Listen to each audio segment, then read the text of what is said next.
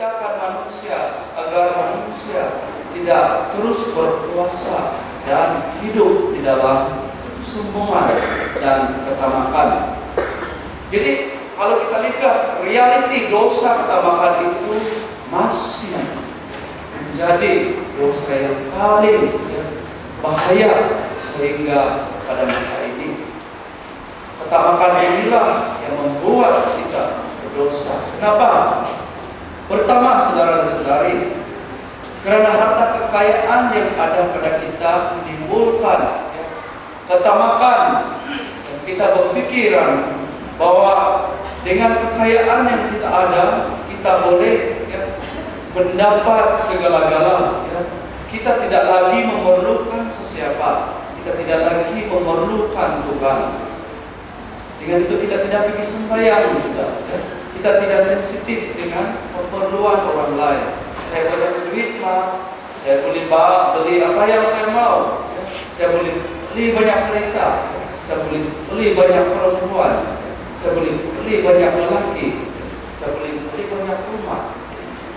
Saya bahagia, saya ada segala-galanya.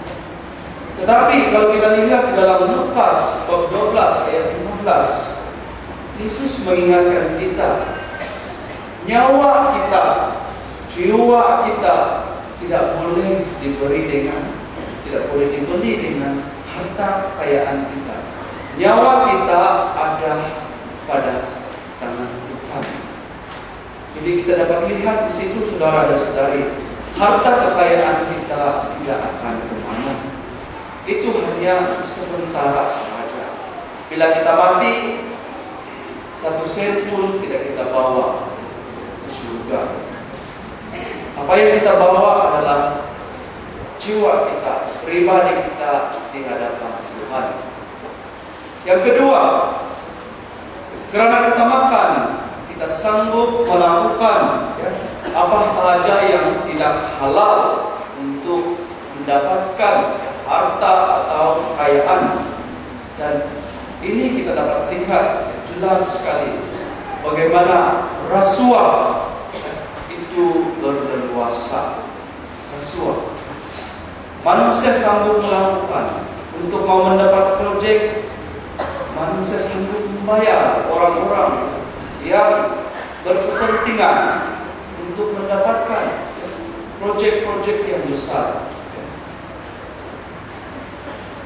Dan yang ketiga, karena ketamakan, manusia tidak sanggup mengorbankan sedikit pun harta kekayaan mereka untuk membantu orang-orang yang miskin.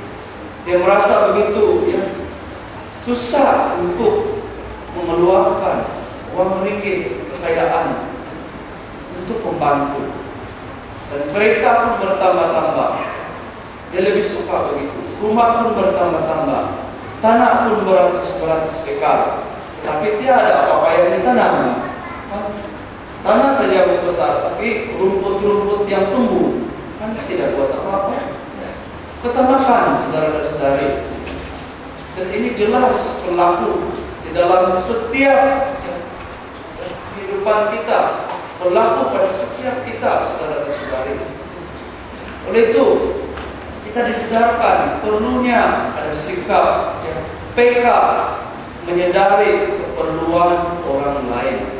Dan jelas sekali baru-baru apa yang berlaku di gereja kita, saudara-saudari, kita mengadakan pemungutan dana melalui kamu solidarity, sebab kita ada tujuan untuk mau naik taraf gereja kita ini. Gereja katedral ini, gereja kita ini adalah katedral persekutuan bagi setiap gereja pusat kita. Tapi kalau kita lihat, saudara-saudari,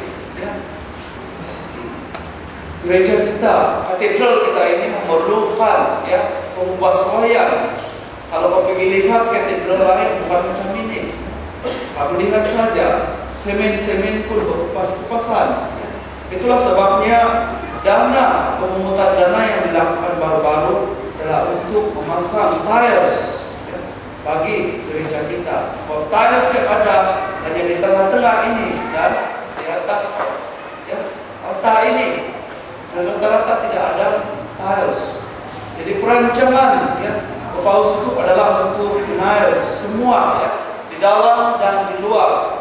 Dan ini bukan untuk Bapak Uskup, ini bukan untuk Pak Padri, tapi ini adalah untuk kita semua, dalam untuk keselesaan kita semua. Dulu komplain orang di luar karena hujan panas, dan sekarang sudah karena betul. Sekarang lagi yang komplain ya, susah untuk mau bersih, susah untuk sapu pasir. Memang sebab ini adalah semen saja.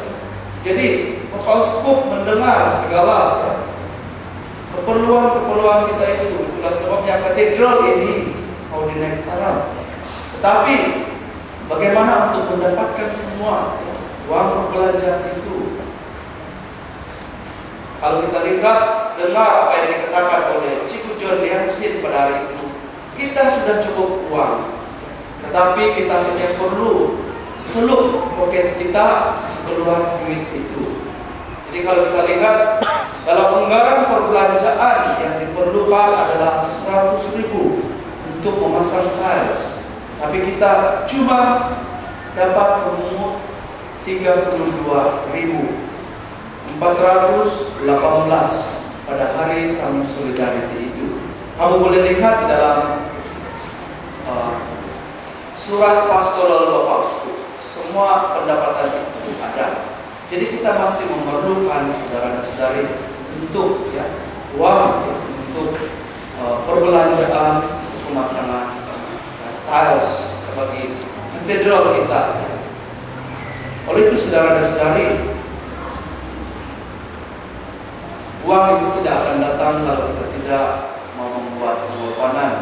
Untuk marilah kita membantu gereja kita, agar kita membantu katedral kita ini, sebab ini adalah milik kita bersama. Jadi saudara dan saudari, sekali lagi, mari kita mencontohi iman Raja Solomon. Kalau kita lihat bagaimana Raja Solomon ini adalah seorang yang kaya. Dia memiliki segala-galanya, tapi dia tidak pernah mendoakan kepada Tuhan tentang kekayaan-kekayaannya. Tapi apa yang didoakan oleh Raja Solomon adalah kebijaksanaan. Dia berdoa kepada Tuhan agar dia mendapat kebijaksanaan untuk terus dapat datang, untuk terus dapat mengenali Tuhan, dan untuk terus dapat mengasihi Tuhan dan sesama. Dan sepatutnya saudara dan saudari, inilah juga doa kita, agar kita mendapat kebijaksanaan di dalam hidup, mengatur hidup kita, mengatur kekayaan kita seturut kehendak dan keinginan Tuhan. Dan marilah kita mencontohi ya, anak muda yang kaya itu, agar kita dapat menyadari segala sesuatu datang daripada Tuhan dan bukan datang daripada usaha-usaha